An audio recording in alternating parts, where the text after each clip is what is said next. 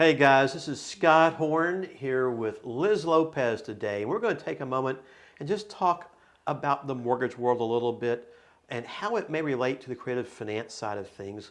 We're going to talk with Liz a little bit about who she is, where she came from, how she worked up through her industry, how she got into the real estate investment side of things, went through some issues and problems, and even got back in the saddle and is back doing it again, which is awesome. Hope you guys enjoy this. Welcome, Liz. How are you? Thank you. Wonderful. I thought it would just be fun to talk a minute because I know we've had a chance to talk a little bit about who Liz Lopez is, what you do. So first off, where are you from? I live in Arizona now. Arizona Originally born in Mexico. Moved Really? to New Jersey when I was 3. Grew up in New Jersey, but I've been in Arizona now for 27 years. So are you still a Yankee or not? Not really into baseball, but I'm a Giants fan. Well, I don't mean a Yankee fan. I mean, are you a Yankee? I'm a Southern boy down here, I'm more of an Arizona girl now. Well, 27 years, I think you are. That's great, though. So what do you do in Arizona today? Well, I am a mortgage professional, so I'm Yeah. a licensed loan officer. I'm licensed in, I think it's 12 states now, but I can pretty much do anything nationally. If somebody brings a loan to me, I'll just get the license in that state for them. Or you could broker it, I guess, right? I am a mortgage broker. So how long have you been in that industry? 18 years. Just 18 years. Just 18 years. That's a long time, by the way. And by the way, that industry has changed a lot. in Drastically. 18 years. My gosh, you go back to, I've seen the whole world change since 2008, 2009, that crash. And then if you were in the business beforehand, you were there in the subprime days, as we call it. I know a lot of investors don't really remember that because they weren't in it per se. But if you're in the industry, you remember it. I started as a loan officer back in 2005 before there was any licensing requirements. Oh, wow. So yes, I was the one selling those ugly neg-am loans and all those other subprime loans, no doc loans. So, And they kept buying them, didn't they? And you would follow the rules and regulations back then, and they just kept going. there weren't really that many rules and regulations. There was no SAFE Act. There wasn't any licensing requirements. It's kind of the Wild West. I think I told you this earlier, but I still remember to this day. You always remember things that happened back in those eras. And I had this one gal come into our title office, and she closed the deal. It was going to be her homestead. Great, no problem. The problem was she came back 30 days later buying another house in the same subdivision, saying it was going to be her homestead. I'm just going, what? And what was so weird was we notified the lender about it. Nothing happened. Closed the deal. She came back and did a third deal. Now, I bet you anything, Liz, that she lost all 3 of those houses probably. But that is what was going on back then, which is obviously that's why they really made the changes and cut it off back when 08, 09 came into play. But obviously you didn't go into the industry, or did you, as a loan officer from day one? I did. Oh, really? Okay. So you went to the top of the heap. Started as sales. Yeah. So when the mortgage industry started to take a turn down, the loans, you couldn't get them done anymore. Right. Appraised values were coming in low, and pretty much everybody was getting out of the industry. So I taught myself how to process loans to keep to keep some income coming in. There weren't Good. a lot of loans though, so I was actually bartending at the time and trying to still stay in the mortgage business. But you did what it took. And I keep telling people that, when you get out into business sometimes, it's like, guys, don't quit your day job.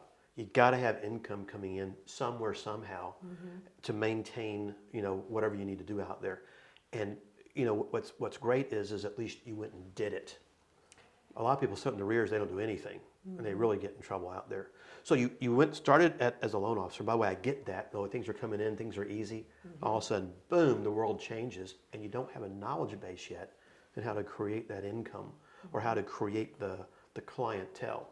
So you did what seems to me to be natural, meaning shifting into the processing, which I think you really have to understand processing too, to make you a better loan officer. Absolutely. So how long did you stay as a loan processor before you got back into the LO business? So I knew that I wanted to be in underwriting. I wanted to know that knowledge and the backbone of underwriting, but it was so hard to get in the business. Nobody wants to give you a chance. I got to tell you something though. So just for the audience out there, there's a pecking order, right? You have your loan processor. That's just where everything starts. And then maybe you meet with the loan officer around the way and get everything put together. But then the ultimate decision maker is the underwriter who approves the loan, disapproves the loan, kicks it back for more info, something. Yep. So you became an absolutely. underwriter. Correct. I tried and tried and tried to get into underwriting. Nobody wanted to hire me. And then finally somebody gave me a chance at Wells Fargo. But And how many times you tried it before you got it? probably 6 or 7 places Way to I go. tried to apply at. Yeah. You got to persevere in this business and just keep trying. No, you did. So I finally got in, Uh-huh. and I was an underwriter there for 10 years. I immediately started to get my VA certification, my FHA certification. I moved my way up. I was the team lead, and eventually I was just doing all the hard underwrites. I was the top underwriter on my team, and I stayed there for 10 years. I thought I was going to retire at Wells Fargo, but I had an opportunity to go be a branch manager. So I Okay. left to go manage a sales branch. I managed a pipeline of 200 loans. I managed an income team. I had loan officer assistants. So pretty much after the loan officer took the application, I would take it and make sure that it was closing on time. Great. But aren't you kind of glad you're not at Wells Fargo right now since they got out of the business? Well, supposedly they got out of the business. I don't know. I called a friend of mine over there, and he was telling me that they immediately had a bunch of meetings that day, and they were all saying that was incorrect information. I'm not really sure. Really? Mm-hmm. So you can't believe everything you read, right? Definitely not. Even though they put out news releases. So you've been loan processor, loan officer, the underwriter, the team leader who kind of put it all together into one package, make sure things happen. What of those were your favorite? Which one? I loved underwriting, but I love now I'm a licensed loan officer. Again? And I have to say this is probably my favorite because I have that knowledge base behind me now. I pretty much pre-underwrite a file before I'll send it in, so I know what conditions You know what's going to happen. I know, I make sure the income's correct. I love this piece of it. I love people, and I love guiding them and educating them. And No, by the way, they need that, right? They don't know what they don't know. They just want to get a loan. They want to buy a house, whatever it might be out there. But what I've heard you kind of say is knowledge is power. And by gaining the knowledge from the ground up of the industry, you now are back on top of the heap. But now with that more knowledge base you've created, it just makes you that much better of a loan officer, meaning you can serve your clientele that much better, right? 100%. Well, that is awesome. I love that kind of stuff out there. But I also understand you have shifted a little bit. Now you're flopping over into the investor side of things. What caused you to do that? Gosh, I used to underwrite loans, and I would see people with rental companies and lots of REOs and rental businesses, and I always wanted to be that. I saw what they were bringing in, the income, and I also wanted to be self-employed. I was tied to a desk for 17 years. Well, trust me, being self-employed ain't what it's all made up to be, because that means you are everything, and you might not be tied to the desk, but you're tied to the job. True. And what used to be an 8-to-5 job just became a 24/7 job. That is very true. But by the way, it's worth it. So great doing that. Where are you trying to go with that investment stuff? What's your goal? Is it buy and hold for rental, or buy and hold with creative finance? Is it short-term rentals like the Airbnb marketplace? Is it fix and flip? What are you trying to do? So I originally became a real estate investor back in 2018. Okay. And I was in a mentorship program that I paid almost $50,000 for. Just 50,000? Just 50,000. Oh wow, that's a bunch. You definitely need mentors in this business. You cannot do this alone. You can't do this without being educated. And you make so many mistakes even when you do have people that surround you that can help Well, you. 35 years in the business, and I still mess it up. I get it. So I started with fix and flips, actually here in Houston. No? And we had a huge problem with contractors. I don't know if a lot of people know that there's no GC licensing here. So it's Wild West with contractors. Huge issues. My ex and I, he ended up moving out here for a little while. We had 3 properties out here that we were fixing and flipping. So So you're in Arizona and you're doing deals in Texas. virtually flipping, it's not easy. No, And it's not. I wouldn't recommend No. it, especially for your first few deals. So we made a lot of mistakes, but they say that your failures are what makes you successful in the They end. do. I will tell you, so I used to have a hard and fast rule that says if I can't touch it and feel it within about 45 minutes, Today, just because of traffic times here in the DFW area, it's almost an hour to do it because problems happen. They will always happen. When we expanded our business operations into other major cities throughout the Texas marketplace, we brought on high-end quality partners who would be our boots on the ground. So we had someone there who could take control of that deal, handle the issues and problems. So we were very successful at setting all that up, both in our real estate operations as well as in our hard money lending operations. And now we're trying, like you came from Arizona to Texas, our companies are looking at going into the Arizona, the Phoenix marketplace primarily on a small scale basis. And it's giving me major heartburn because of a control issue. Because, in this business, you got to be a control freak. And I am the ultimate control freak. And, I can't just throw caution to the wind. I want to know how everything's going to work and happen because I know you always have problems. So I get the Arizona and the Texas move. So how'd those 3 deals turn out? Not very good. No. I mean, we over-improved. We were under budget. I mean, we made all the wrong errors. I'm guessing you mean over budget? Yes. Over budget. Sorry, over budget but we over-improved. I mean, you don't even want to know what you're doing to these houses. That is, I tell people all the time, that is the biggest mistake every first-time investor makes when you're getting into the rehab business, because you treat it like it's going to be a house that you're going to live in. And I'll tell you, we're out in this business too. We made no money for the first year or two because we were throwing away in the rehab and we didn't learn all the secrets to the industry to cut those costs and expenses along the way. So you ain't the Lone Ranger, okay? Been there, done that. I've seen buku people do the same thing out there. I took a little break after that and took 3 years Got your head off. straight again? Yeah, I had to recoup my losses and just figure out if I wanted to get back in this industry or what I wanted to do. And the beginning of this year, I just was like, I'm ready to get back in. So I joined a couple of mentorship programs, and I met a couple of my business partners within those programs. And networking is so powerful in this business. Oh, great. So you've kicked it back off again. What's your goal? What are you going to try to do? So my partner and I we bought 9 doors in the last few months. Okay, good. We did an novation agreement. We have 4 duplexes in Cleveland. We have a house in Arizona that we just turned into an Airbnb, so we're getting the short-term rental business. We're buying a 4-plex out here in Kima that we're looking to do also a short-term rental. And then we actually did a novation agreement in Maricopa. So we never bought the house. The deed is still in the name of the owner, and we renovated it, and now we're listing it. Great. That's a topic for another day, and some pros and cons about that, I think. But did you not learn your lesson the first time around? Arizona to Texas, now you're Arizona to Cleveland? I know, right? I would just, a suggestion to make for you, and I've got a good friend here in the Dallas area who does deals in other parts of the country. But he kind of followed our suit of finding that partner, training that person to be the hardcore boots on the grounds. Do y'all have that in Cleveland right now?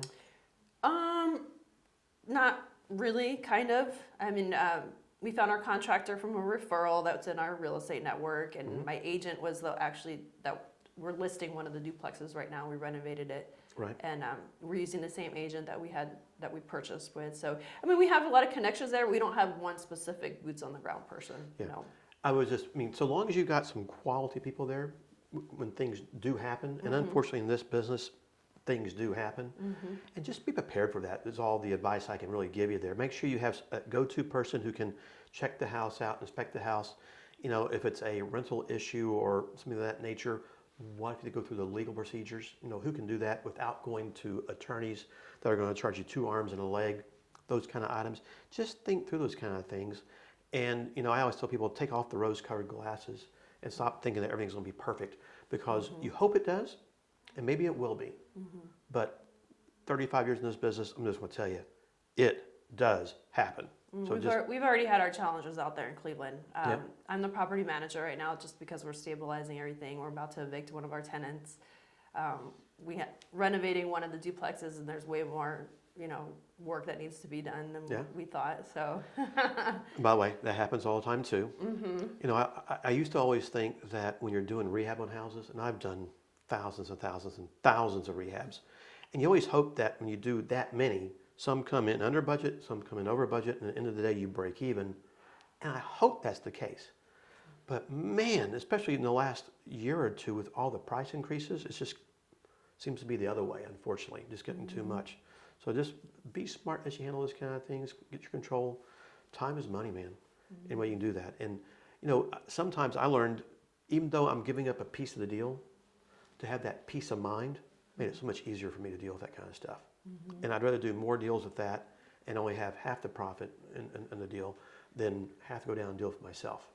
Because back in the real estate crash days, oh my gosh, I drove 250,000 miles finding houses in defaults and putting it back together again. I don't ever want to do that again. Woo! No way. Well, I like the fact that you have that knowledge base, though, of the industry through the mortgage world. Very important, especially in the creative finance world, to understand how things work and operate, because you're going to get drilled with 1,000 questions on that. That you got in the game, okay, you got a hiccup or two, it happens, but guess what? You got back on the saddle and you're going again. And that's the important part, as opposed to so many investors know negativity hits them and poof, they're gone. Gotta have thick skin in this business. Oh my gosh. Real estate and mortgage. You do. But so many people don't have it. They're scared. They're risk averse. And if you want to be successful, you are going to screw up. I'm sure there's 1,000 interviews of people out there who do that, and they're all going to tell you all the bad things that happened to them before the good things happened. And it really did happen to all of us that way, one way or the other along the way. But that's cool, and I'm glad you're back in the game, because I cannot think of anything I would rather do than this business. It is so much fun. And once you get in real estate, it comes up to here. I will never forget, I love how things pop in your mind. I was 16, 17 years old.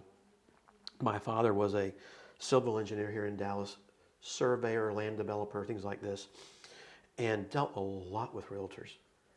I went, oh my gosh, I don't ever want to be a realtor. I don't ever want to be in who would ever want to be in real estate? Yuck. Look at you now. Look, and be careful what you say and ask for, right? Because it's up to your eyeballs right now.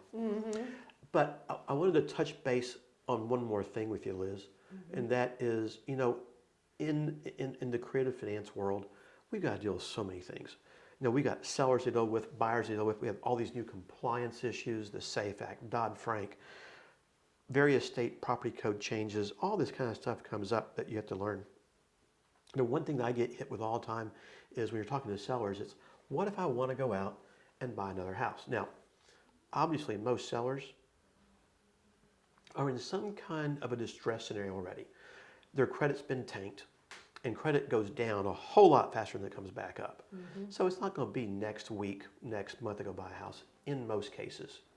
Now, maybe you get lucky and you buy that pretty house with a pretty seller who I get it, but those are rare. Usually our sellers have problems, but down the road, hopefully things change around. And of course, if we get a chance to buy a home subject to the existing debt, let's say, then we're going to help that seller improve their credit off of our timely payments along the way. So their credit may come up a little bit faster. And maybe they do want to go buy a house down the road. And I get asked this question all the time. I'd love to hear your response to it, is if the seller wants to do that, assuming they've got their credit rehabilitated, how would a future mortgage lender treat that sub-2 deal? Because I see answers across the board. And I'll share mine with you in a minute. I just want to hear what you got to say about that. What do you think? Well, technically, they're not the owner anymore. They've signed the deed over to somebody else, so they can't claim rental income on it because they don't own the property.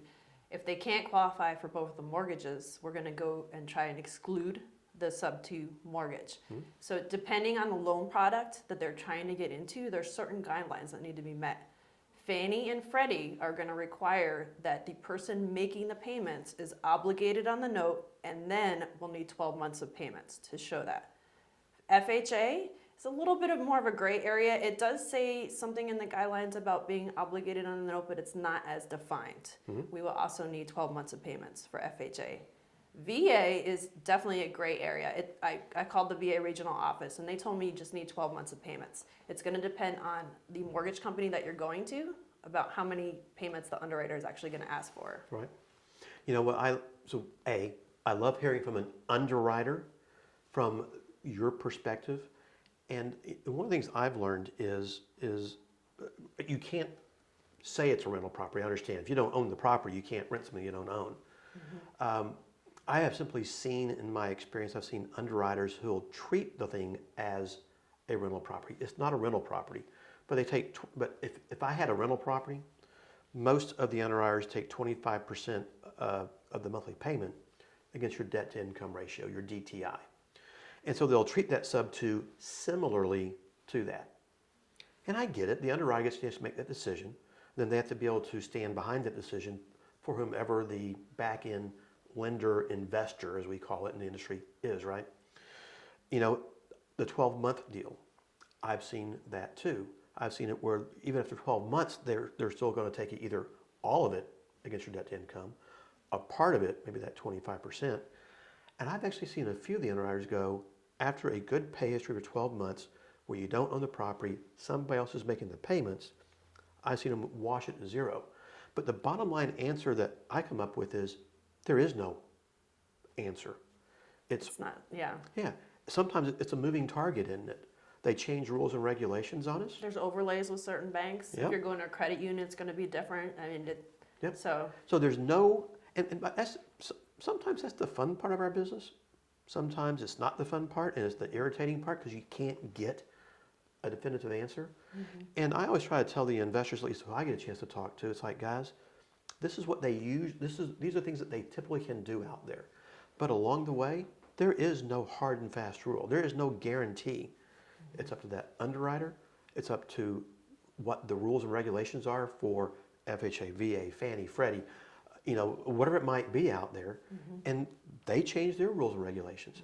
And so sometimes it's a turkey shoot. Just what's going to happen? We don't know. But I think that's an important thing to always recognize and understand. And, for people in our industry who get in this, think about how this will affect them and be able to answer their questions properly. What last thing I'm going to do is give somebody a definitive answer when it's really not a definitive answer, because that doesn't exist. So many things in the creative finance world aren't definitive. It's kind of like due on sale, A lot of realtors think due on sale, for instance, is just a deal killer. It's like, it's a breach of a contract. Lenders just want the money. They don't want the property. But sometimes they go, oh my gosh, we can't do it. Others go, okay, sure you can. It's just a risk aversion. That's all it is. But I find it interesting for all those kind of things. I love talking to somebody who's in the industry who understands these things and how things shift and move as they ebb and flow. But it's fun. And what I'm really glad to see you've done is get back in the saddle again, get back in the investment game. Yeah, keep your day job because this part is still hard. And you've got to build this up, and things don't build like this, right? They build like this. It's a time issue. So keep it going. I look forward to getting a chance to work with you and all the things we get a chance to do out there in our industries. And thanks for taking a moment to share this with us. Thank you. Really appreciated coming to your office today and spending time with you. Look forward to seeing you soon, girl. Thank you. Thanks, guys. Thanks.